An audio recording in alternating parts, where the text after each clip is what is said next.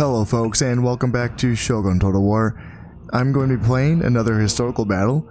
I really enjoyed making the last one. I had a lot of fun learning a little bit more about the history of this time period, and I enjoyed playing that battle and putting it up on this channel for y'all to watch. So I'm going to be playing Amnok in this case. And what's really cool about this is that I'm going to be playing as the Mongol horde for the first time on this channel. Now, the Mongol Invasion expansion pack is released, I want to say, in August of the year 2001. And I will be playing that eventually on my channel as well. I will be celebrating the 20th anniversary of the Mongol Invasion expansion later on in this year. But until then, this is going to be sort of a sneak peek of that expansion pack. So we're going to be seeing some Mongols. They do have a somewhat limited roster, but it is a powerful one. It is a capable roster for sure. It does have, its features two primary Mongol units themselves, the Light Cav and the Heavy Cav. And then the rest are a bunch of Korean auxiliary troops, essentially. And what this battle indicates, it's not actually... This battle isn't a specific representation of an actual historical battle, rather it's just kind of about when the Mongols were subduing the Korean peninsula. I can read this paragraph to you, it's pretty short. In 1231, the Mongols attacked Koryo, the Kingdom of Korea.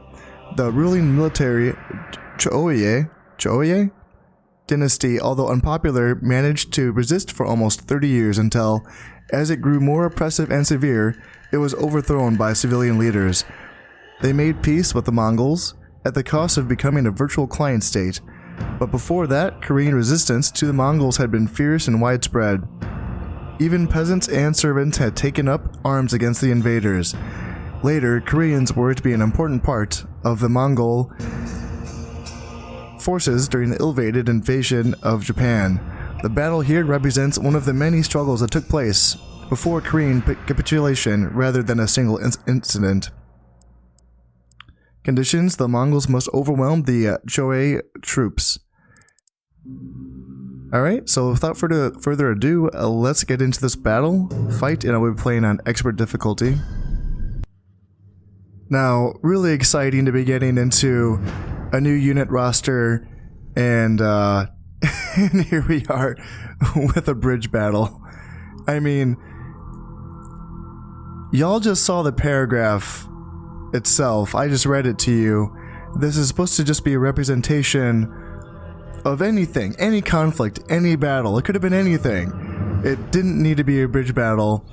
And someone, when they were designing this, thought, man, you know what's really awesome in this game right now is bridge battles. Let's have more of them. I don't know what they were thinking. It's just, in my opinion, and I usually don't badmouth this game. I mean, my channel is about this game. I really adore this game a lot. But my least favorite thing about this game is the bridge battles. There's too many of them, and there's very little in the way of tactical flexibility.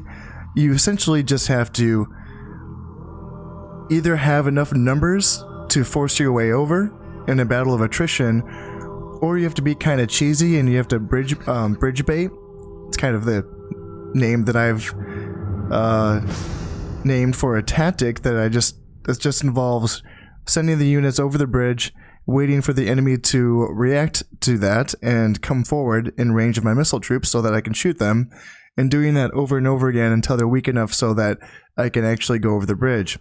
Now in campaign, this works a little bit better because I can actually design my armies myself, and I don't have to actually win the battle. I can just weaken the enemy enough until I feel like, well, if I run out of arrows, and then I can come back in the next turn and just do it again until eventually I win the battle. That's fine with me. And I don't really tend to like to cheese.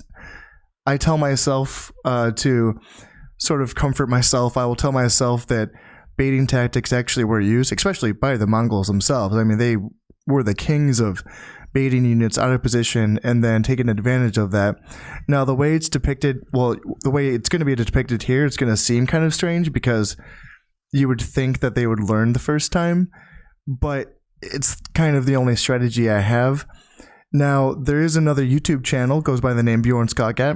and he's become a friend of mine on the internet, and he's sort of encouraged me to play these battles, and he does have another way of playing these battles, which I think is encouraging. It's nice to know that it doesn't have to be the one way, and he does play this battle a bit more aggressively. He just sort of sends the Mongol heavy cav right over the bridge and works with it from there.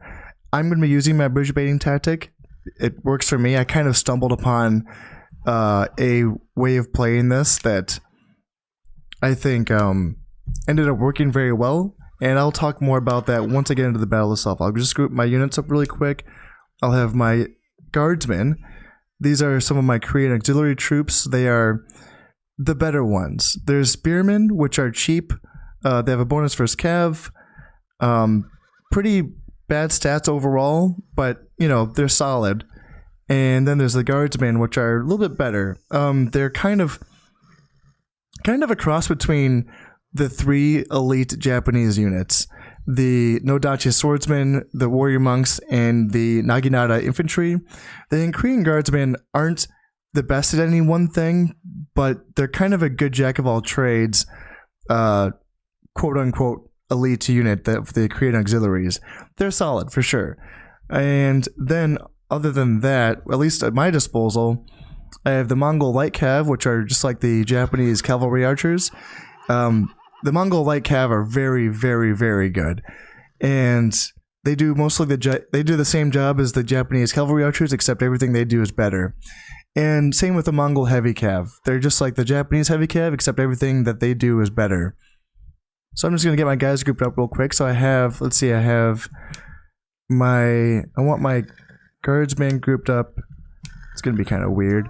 Just 1 and then 2 for my Korean guardsmen, and then I want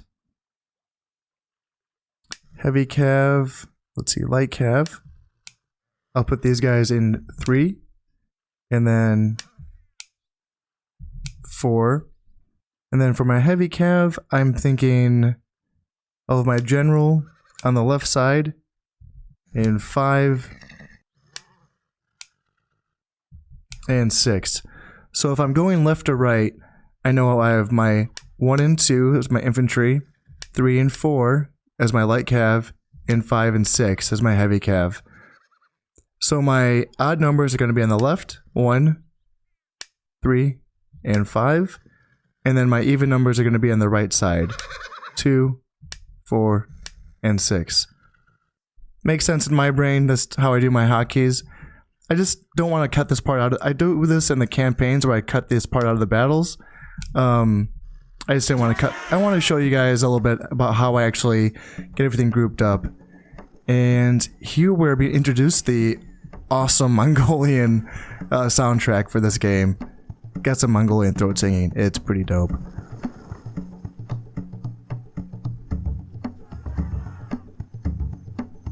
Actually, yeah, I was gonna just cut this part out, but I might just keep in the Mongolian music for now.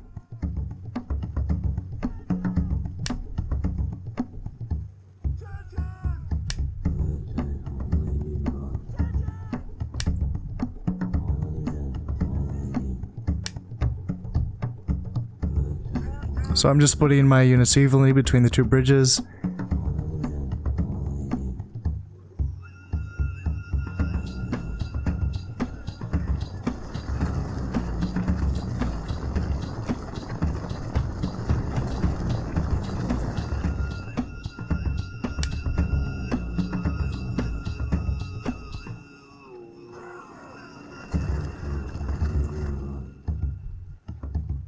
And I'll have my guardsmen just get ready to go across the bridge here. And then my right side right here.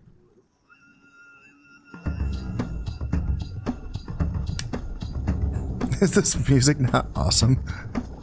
I really like it.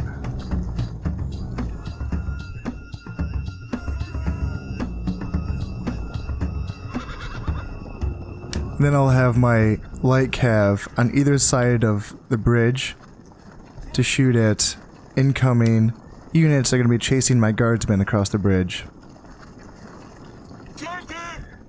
And then my heavy cav, they don't really have to do anything right now. They can just kind of hang back, and they will be used later on in the battle. Now, while the rest of my army is moving into position, I can talk a little bit more about the troops I'm going to be facing. So, the funny thing about this battle is that it, like it said in the description, it represents the Mongols versus the Koreans. However, the Mongol unit roster in this game is mostly Korean auxiliaries. It's just the heavy cav and the light cav. Those are the only two actual Mongol units in this game. The rest of the units on this roster, you know, like I said, the Korean guardsmen. And then in this battle specifically, it's the Mongols versus the Koreans. So they're just going to be getting the rest of their roster, which is just 4 units. And frankly, for a bridge battle, it's kind of spicy. It'll do some damage against, especially against a all cavalry force like the Mongols. Now let's see, we got some. Okay, so first off, let's try to talk about Korean skirmishers. Now these are a fun unit because they are the first javelin unit in any Total War game. They're going to throw javelins and they're going to do heavy damage at a light range, or I mean short range. Sorry. So they're going to be doing a lot of damage versus my heavily armored heavy cav units, but they have to get pretty close to do it. But it's easy to do that on a bridge battle. All you need to do is have 1 unit to hold right here, and then these skirmishers throwing spears into my heavy cav just right behind them. They can do a lot of damage, and they can fight okay in melee. Not great, but they can get in there. Once they're out of javelins, they can get in there on like a flank or a rear and do okay damage. It's not really going to be applicable in this battle, but that's how they can be used. And then Thunderbombers. Now this is probably the fun unit that was added to this roster. They throw grenades, and they're very, very deadly. But they're also very inaccurate, which means they're deadly to both sides. And they can. It's really hard to use them in a way so that it's safe for you. Now in this case, I kind of stumbled upon a strategy the last time I played this battle that worked out okay for me, because I was using my light cav and my breach baiting tactic to weaken them. But as you can see across this river, there's a lot of troops, a lot of troops. And I'm not sure if these skirmishers, so they have shields, which in this game are the first shields to appear in a Total War game, but I don't think that these shields actually have a missile block chance. That's something that would appear in Medieval 1. I don't think these Korean skirmishers have a missile block chance. I think it's just cosmetic. I think this is something that's just on the unit model that doesn't actually apply, but I'm not 100% sure on that. I'm not positive. But the point being is that my Mongol Light Cav aren't going to be doing enough damage to this army for me to like force my way across. And the way to do it, so the thing is that as long as I have ammunition in my archers, they're gonna be deployed like this, pushed off of the bridge, out of range of my archer units. Same over here.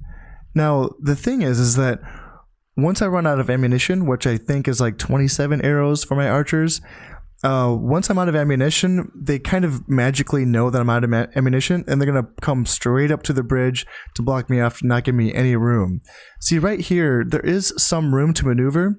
The reason why I wanted to bring up Bjorn's videos is because he finds a way here to simply force his way across and to skirt out this side, and this will distract forces to chase after his cavalry, where he's able to bring over the rest of his force behind them here and then over on the other side as well.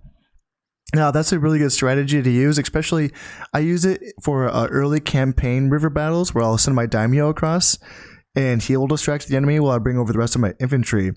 And in this case, Bjorn finds a way to make it work with his 100-man unit of cavalry. I think he actually led with his daimyo or his leader in that battle. But in this case, I kind of mistakenly ended up in a situation where I shot the last of my arrows and the enemy pulled up to the river to defend the bridges straight up, right here. And I'm thinking, oh man, I lost this. I'm not going to be able to win. But what ended up happening was those Thunderbombers, well, they did a lot of damage to their own troops because it was just a bunch of my guys here on the bridge and then a bunch of their guys here. And the Thunderbombers were right behind them, and they took out a lot of their guys. And I think that's a repeatable strategy. Like, I think that's legit. I think it's a valid way of winning this. And yeah, so I'm just going to go about it. First things first, I'm just going to expend all of my ammunition. And I still do think that this part of the battle is important. Getting rid of, even though it doesn't get rid of all of the army, it still does get rid of quite a few spearmen and quite a few guardsmen, and helps out. It also baits out some ammunition from the skirmishers. One thing about the Korean skirmishers and the Thunderbombers is that they have less ammo. So obviously archers can carry 27 arrows because they have quivers. I don't know how many spears you can carry, but it's probably less than 27. So being able to bait out some ammunition from... So yeah, in this case, Thunderbombers are coming straight up to me. So in that case, I want to back off a little bit, because right now no one's really coming up instead, and I don't want to get hit by those grenades. So how about I turn around, and let's see if they're going to throw at me. I kind of don't want them to. I'm kind of afraid of getting thrown at. Let's run. let's not... Alright, so now my archers are taking out some Thunderbombers, which... I would prefer if they were killing... spearmen over here. Yeah, I'd prefer if these guys came closer. But I'll take what I can get in this case.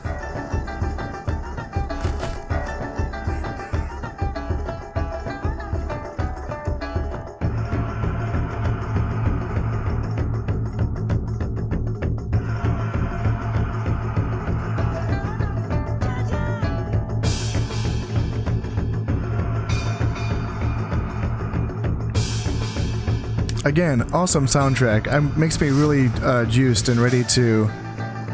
Makes me excited for the Mongol invasion expansion.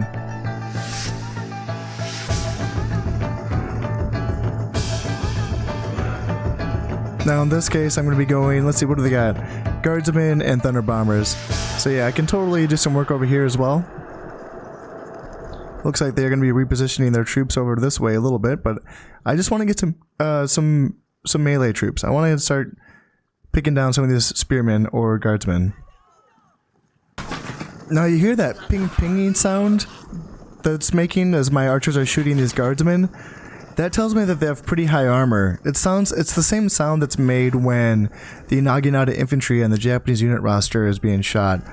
So yeah, I can't remember the exact stats off the top of my head, but just that noise itself tells me that they are more heavily armored than some of the other troops. So if I could, what I would prefer is getting shots in on those spearmen, because the spearmen aren't as heavily armored and they do more damage. Well, I mean, per value, they do pretty good damage against my cavalry. So, but in any case, it's still sort of a take what I can get scenario. Can't really choose who's going to come after me. Just have to shoot at whoever does. Alright, looks like we finally are starting to get some shots in on these guys. Not doing a whole lot of damage though. See, that's what I'm saying. This is a tough army to whittle down for sure. That heavy armor on these guardsmen is going to do a lot to keep these guys safe from my arrows, but at this point, any damage I can do is worth it. Alright, now it looks like some of my guys got caught up in melee on this side, which is not good. Looks like I haven't lost anyone yet, but I really don't want to take any throws from those bombs. Come on, guys, you can get off the bridge, please. Please, please, please. In situations like this, where you have units that are sort of getting held up either in melee unit, or I'm sorry, melee combat, or on like terrain features like bridges or cliffs, a good tactic or good micro strategy is to keep spam clicking hold position. In my case, or I think it just comes default this way, the H key is going to be hold position. So by pressing hold position and then immediately clicking on the ground somewhere else afterwards kind of resets their command orders. And if you just keep doing that over and over again, it's going to help the unit disengage from combat.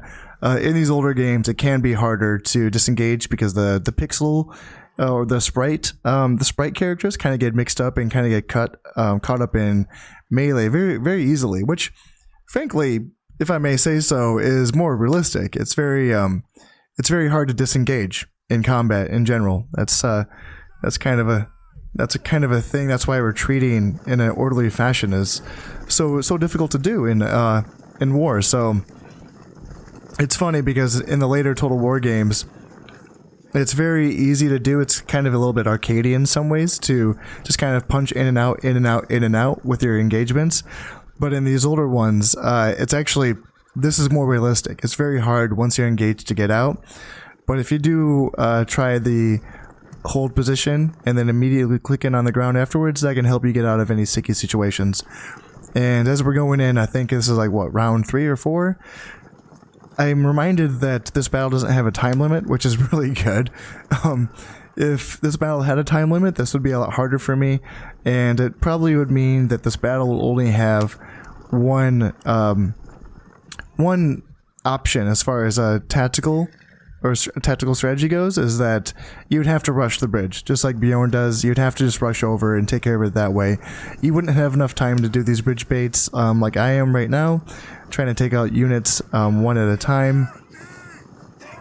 Looks like I'll be able to get some Thunderbombers in this run. Still, I haven't gotten any shots in on Spearmen, which is unfortunate, because I would like to get some shots in on some Spearmen. But Thunderbombers, they don't have any armor, or very, very low armor, so if I can do some damage on them, that's fine with me. But I do definitely want to leave some Thunderbombers alive, because like I said, these guys are kind of the key to my strategy. These guys doing damage to their own units is going to be the key to me pushing across these bridges. Now this is interesting. They've sort of just kind of brought their Thunderbombers right up to the bridge in this case. They really don't have a lot of infantry over here, just the guardsman unit. The rest of them are skirmishers and Thunderbombers. And yeah, I haven't been able to really get any good shots in on any spearmen yet, which is unfortunate because, as I was saying before, the guardsmen do have pretty good armor by the sounds of it, and Korean skirmishers may or may not have shields that work. And also, when I was thinking about it, these Thunderbombers aren't really good targets either, just because their natural formation is loose formation. And just like when I'm sending my guys across in loose formation, the whole point of this is so that they take less casualties from missile fire. And it seems like this is sort of their natural formation. I don't think that they're intentionally in loose formation because they're not taking shots from me. I think that's just how they are by their default stance. It looks like my guardsmen got caught up on something again over here. Trying to get them back over this bridge before they get into melee combat. Come on, guys. Come on, guys. You can get off this bridge, please. Here you go. Here you go. And, oh, now they're running away. That's not good. Let's see if I can get them to rally here. They're going to be very important for me in the end game of this. So let me get my general over here to try to rally these troops. This is what's always frustrating when... So they haven't taken any casualties in this case, but just because they were in a situation where they're tired, units lose morale when they're tired, and other stats as well. And because they had an enemy in close proximity behind them because they were retreating, it turns into now they're running away and I don't have any control over them. So hopefully I can get my general over here to rally the troops here, because a unit of 100 Korean guardsmen is going to be very, very important to me. So fingers crossed here. I need my general to start running, please.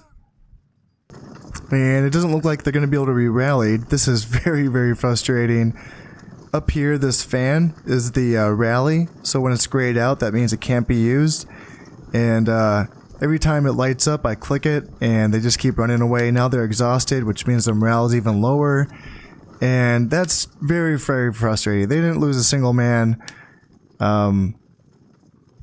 It's just something that happens in this game. And yeah, I'm gonna have to see if I can win this battle without them. Alright, so since I'm down a unit of guardsmen here, and this unit of light cav is out of ammunition, so this unit still has a few more rounds. I'm gonna start sending this unit over as bait instead of my guardsmen, and yeah, see if I can try to spend the rest of my ammunition here before I send my units over for a charge. And absolutely no reaction from the enemy. Huh. Interesting. They didn't bite on that at all. curious. Well, in any case, I can still move them over here. I have a unit of guardsmen, and this unit still has another shot or two, so I can bring this unit as well that still has arrows and they can shoot as well. And I can get my guardsmen ready to move over this bridge and try to bait out a few more rounds so that I can send my units over to charge over this bridge. Oh, now they're charging over the bridge on this side. Whoa, this is very, very strange. I'm completely caught off guard by this. Okay, they're sending their Thunderbombers over to charge me here on this side. I think they know that I don't have any, since they know that I don't have any ammunition, they think that that's going to work for them, and it might, quite frankly. And are they going to charge on this side as well? Huh. Interesting. I'm tempted to send over... Gosh, yeah, I think they're charging. This is so strange for me. Okay, interesting. Let's see, they got spearmen up there, and what am I going to do on this side? They're sending over their Thunderbombers first, though, which kind of negates my initial strategy, right? I was thinking about kind of using their Thunderbombers against them. And gosh, my Korean guardsmen are running away on this side as well. That's very, very bad. Haven't lost a single guy, and they're running away. So that's bad. Let's see. Send in my cav. Got some heavy cav fighting right here as well. And I'm thinking about sending in this unit over here because that's where they're originally from. And man, Korean guardsmen are running away. Just that's so bad. Alright, let's see. I need to get my general in here to fight. And how are we doing on this side? So the good news is that my cavalry are very, very good. Like I was saying before, they're quite good. Bad news is a lot of the stuff that's in here is going to be a hard counter against my stuff. So let's see how we do. Okay, so looks like we might have a breakthrough over here. So I think we just keep sending them on and trying to go over this bridge. Let's see what we got. Because if we can get here and have Thunderbombers throw into their units, looks like, well, maybe not, because all the Thunderbombers are the ones that are running away. So that would leave us with just Korean skirmishers to get through. How are we doing over here? Is there any breakthrough we can see? Okay, yeah, so Thunderbombers are throwing in. We saw some explosions right there. Oops, don't mean to do that. And how are we doing? It's got some more grenades being thrown. And see, my guys they look like they're kind of holding on, doesn't it? Saw some bombs being thrown, but I didn't see if they were hitting my guys or there. Okay, so we got a break here. Good. Alright, so if we have a break, we need to follow through and chase them off this side so we can come reinforce and hit them in the back over on this side. The enemy general has been killed. That's good. Good news, and let's force our way over this bridge. Alright, how are we doing here? Looks like we're still pushing our way over. Good, good, good. Alright, yeah, looks like we have a mass break on this side as well. And looks like we have a mass break on this side. So that's alright. I think we're gonna pull this one off. Despite the cowardice of our Korean guardsmen. Oh man, that was such a nightmare. I really thought I was gonna need them. Especially when they started attacking me, like actually charging me across the bridge. That really had me worried. But looks like everyone's running away, and I'm not quite sure what. I kind of figured the battle. Yeah, I kind of thought the battle would be over by now, but looks like we have to just chase them down. And I think everything is good on that side as well. All right, sweet, awesome. That's really good. Man, I had to be nervous there for a while, but yeah, I think we just have to finish chasing these guys down. Hey, there we go. Phew! Man, I was a little worried there for a second. Awesome. Did pretty well, except for the Korean guardsmen. Jeez, oh Pete's. That did not go as planned, but I pulled it off, and that just goes to show how powerful the Mongol cavalry are in this game, which, frankly, is historically relevant. They should be powerful. And yeah, looks like Mongol Heavy Cav. This is my general's unit. They only lost 1 man and they killed 145. Mongol Heavy Cav killed 117, lost 2. I mean, those are very good results. Mongol Light Cav killed 243, lost 17. Just really, that's a ton of kills. Most of those are probably during the rundown afterwards. Yeah, 115, 173, 191, 145. Just very, very good. And then the Korean Guardsmen are just garbage. Oh man, that hasn't happened. That was unusual. I mean, I've had that sort of issues with the Japanese heavy cav, or I'm sorry, the cavalry archers. When I try to skirmish with them, I've had issues with when units are sort of left alone by themselves on flanks or vanguard positions. Since they don't have any morale bonus from having friendly units around them, and they just have a lot of negative modifiers to having enemy units around them, they will oftentimes break. But man, this was bizarre because the Korean Guardsmen, I understand that they were tired, but they still had a lot of friendly units around them. They had a general unit around them. They hadn't taken any casualties. That's just that's weird. That's very strange for me. And yeah, that was frustrating, but I'm happy that I could pull that one off.